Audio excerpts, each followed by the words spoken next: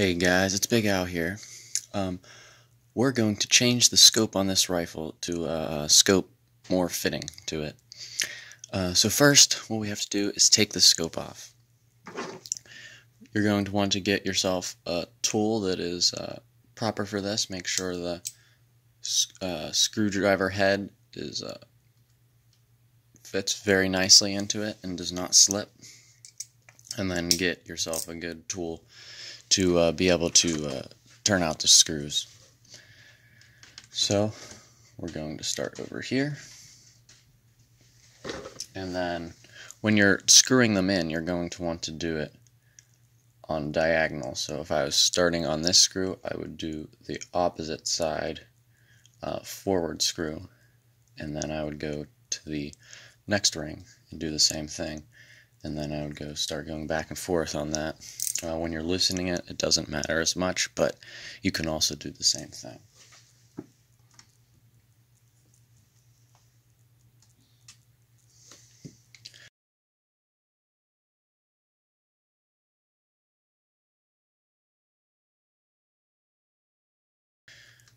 The first thing you're going to want to do is to get the torque just off the screw, and then it'll become very easy to unscrew.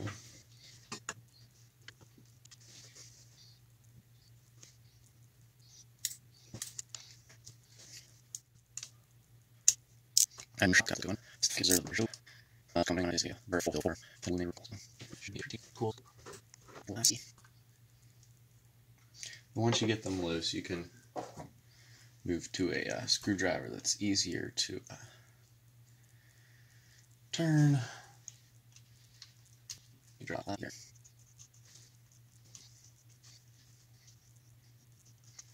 See that? These mounts. Got to see this. Well, see, I did ask one thing.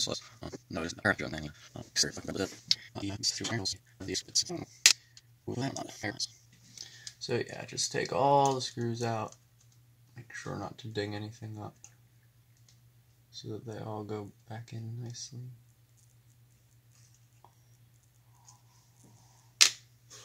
Make sure you don't lose the screws either.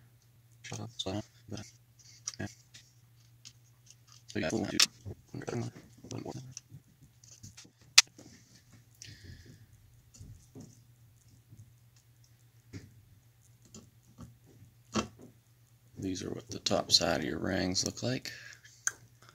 Or those are the top side of my rings look like. It's probably pretty similar. Ooh. It was a little high up there on the tube. I'm gonna clean those out before I put the new scope on. This is the old scope. Bushnell Sport View 4-12. Parallax adjustment up front. Doesn't have the worst sight picture, but it's not the best scope. Oh, sorry. So, put that over there, and then we will start the mounting. Okay, guys, so we got the old scope off, and this is the new scope. It's a Burris Full Field 4. It's 2.5 to 10. It has an illuminated reticle. It is a pretty cool scope. So, without further ado, let's put it on. So, the issue with it clearing the barrel with the current rings is still a little bit of an issue, except for now we got a few more thousands of room. I think it's going to be okay. If it turns out to be an issue, I will change it, but I think we'll be okay. Though, to get it to not touch the barrel, it has to be almost as far forward, like that, as it can be, which turns out to be the correct eye relief for the scope and how I hold my head on the stock. So, seems like it's going to work pretty good. It should be. Yeah, there's definitely enough room there to be safe. But if this were not my gun, but someone else's, they would have to put their head on the stock, to a comfortable position and adjust the scope back and forth as much as it can travel. And this one can only travel like, barely a half inch. So they would have to adjust it to see what fits them correctly. One of the advantages and disadvantages of certain products, so like this one has a rail built into the top on the front, bridge of the action in the rear. So you can only mount a scope base on those parts. If you have a rail that goes from the front of the action all the way to the back of the action, you can mount wherever you want. So that will give you some more play and some more wiggle room if needed. On a scope like this, turned out I don't need that wiggle room, but it is always nice to have in case I want to mount another scope or for whatever reason. One thing I recommend when you're mounting scopes and doing things is to put little scope caps, lens caps on them. This one is 42mm, not a 40mm objective, so it doesn't really fit, but it still works so that I don't crack up the glass and scratch it. So there you have it. The next goal is to mount the top rings and make sure everything is leveled. So first, without even leveling anything, we can just mount the rings very loosely. Well, first, let me see. These are kind of tight now. Let's screw them in a little bit. This is not the most precise way of mounting soap, but with a leveling tool and some few other tricks, you can get pretty close to where you want to be. So you don't have to have a bunch of fancy equipment if you just want to mount the scope. So you're getting cool and the portion of the side thing, balancing, then the knee towel for design. The whole ring was.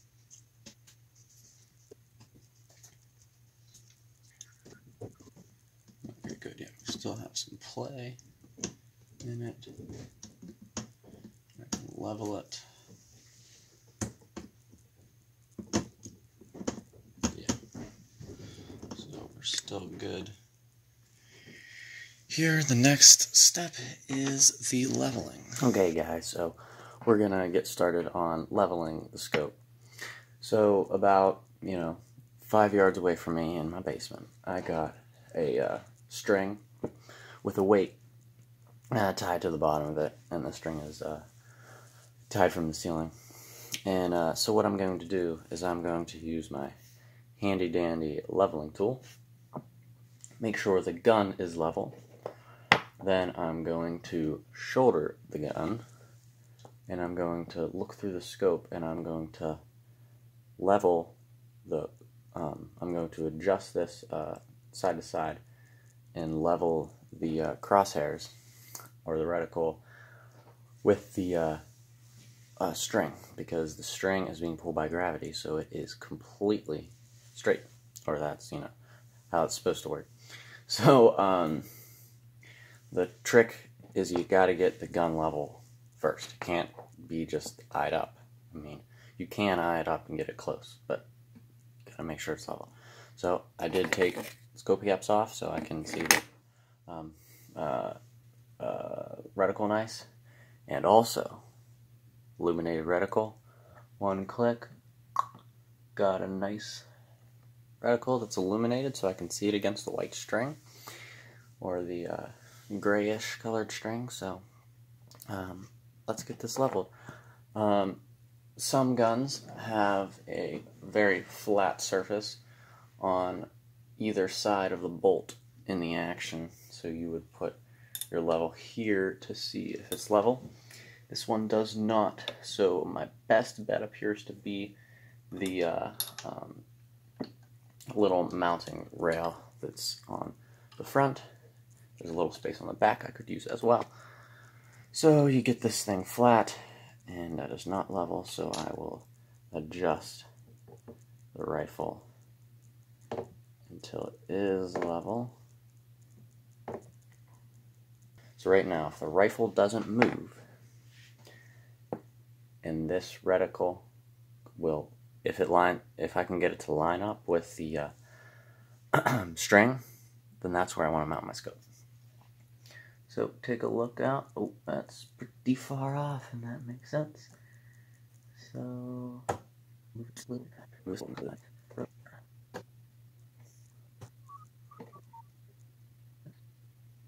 Pretty good there. Pretty good.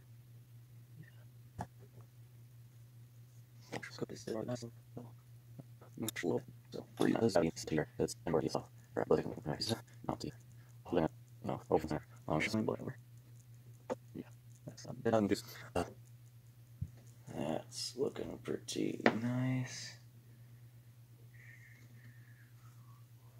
Make sure it's level. Yeah.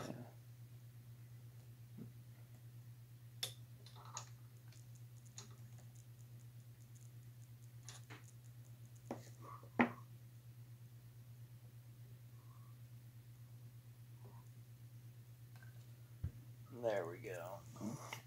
So right now, gun's level, crosshairs are on the line.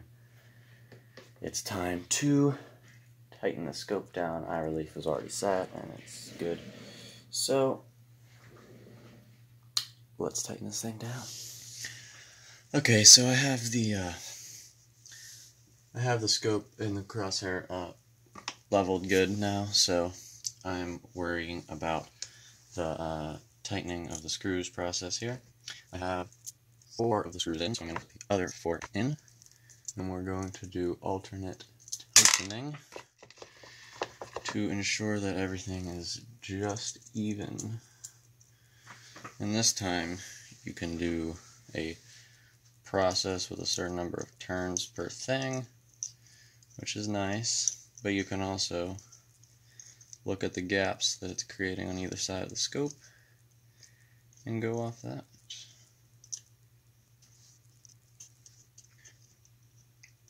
The more even pressure that's on this, the better it holds and the healthier it is for the scope.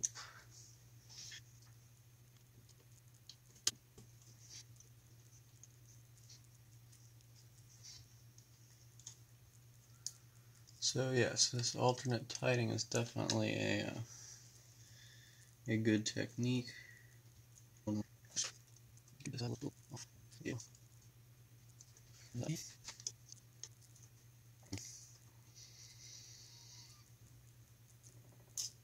Once you start getting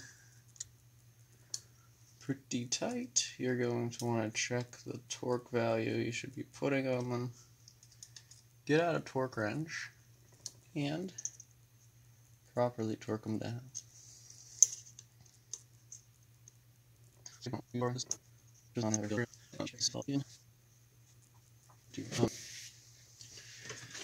you have a good feel for it, I guess it's fine, but it's good to use a torque wrench. And see what it says. I like to start low and then make sure they're all even and work your way up from there. So I'm even starting low as 10 right now. Make sure your head from your torque wrench also fits in there. It's a little tight, but should be fine.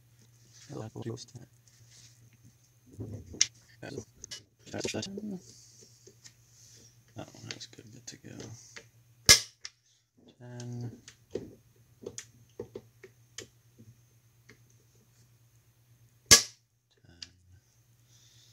Try these outside ones here. 10. 10. I'm going to redo them as I hold 10 down a little bit more. 10. 10. This one has 10. I'm going to go 10. 10. See, I'll move a little more. The other rings have been tightened. Need move. So yeah, all these are 10 now. So move up. Let's see. Move up to 15. 15.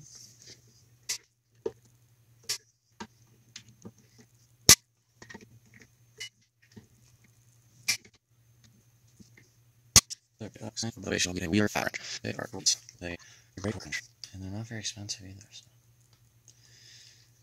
pretty good product. Okay, up to 20 or 22.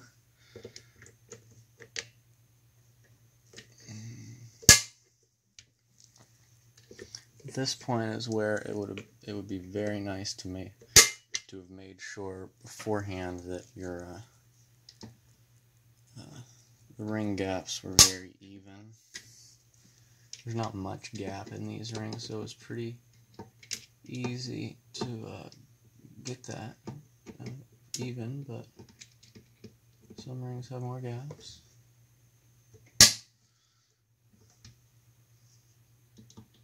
So you'll have to keep that in mind.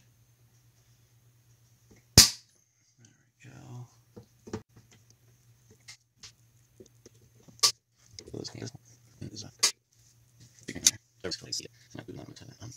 And so I'm going to move this up to 25. And even though it recommended 28 to 30, this is a 243. So I'm not really worried about the scope moving on me. I'm just not. So I'm not going to go too high just in case something bad happens. I'm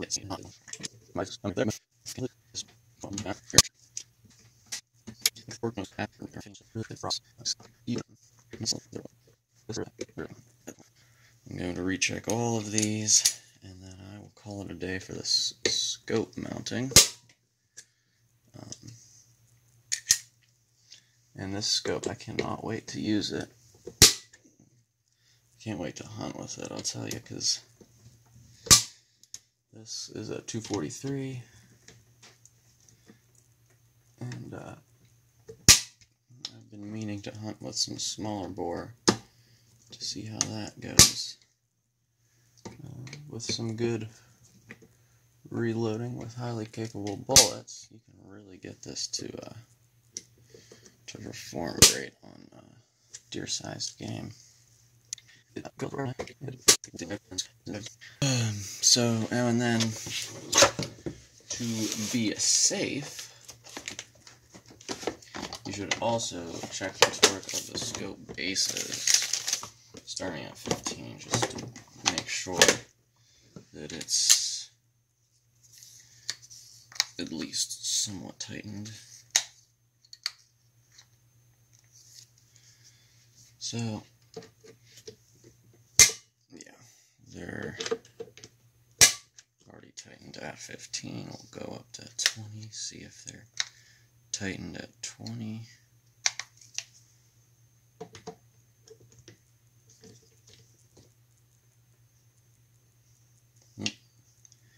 They were somewhere between 15 and 20. That one wasn't. We'll even it out then. There we go. 20 should be good for these. It's not going anywhere. Yeah, so there you go. You got a scope mounted there. A nice scope, better scope than was on it, and I cannot wait to use this. It should be a great time. So there's not much to scope mounting. Just making sure everything's leveled, you know, leveled, fits the scope mounts, isn't touching the barrel, good eye relief, fits you nicely, and is tightened down good. And that's all there is to it. So yeah, this gun will be a lovely gun to use, and it deserved a pretty nice scope, so I put a decent scope on it, and I can't wait to shoot it. That's all I have for you guys today. If you'd enjoyed content like this, I recommend that you subscribe to my channel and share it with others so that they can see the same kind of things you are. This is a passion of mine, and if it is a passion of yours or you're just interested in it, please let me know in the comments, and I will do more videos like this. I'm always doing things like this, so I can just video them when I'm doing them, and if you guys like it, I'll post them. So thank you for watching. I hope you have a good day, and yeah, we'll see you on the next one. Goodbye.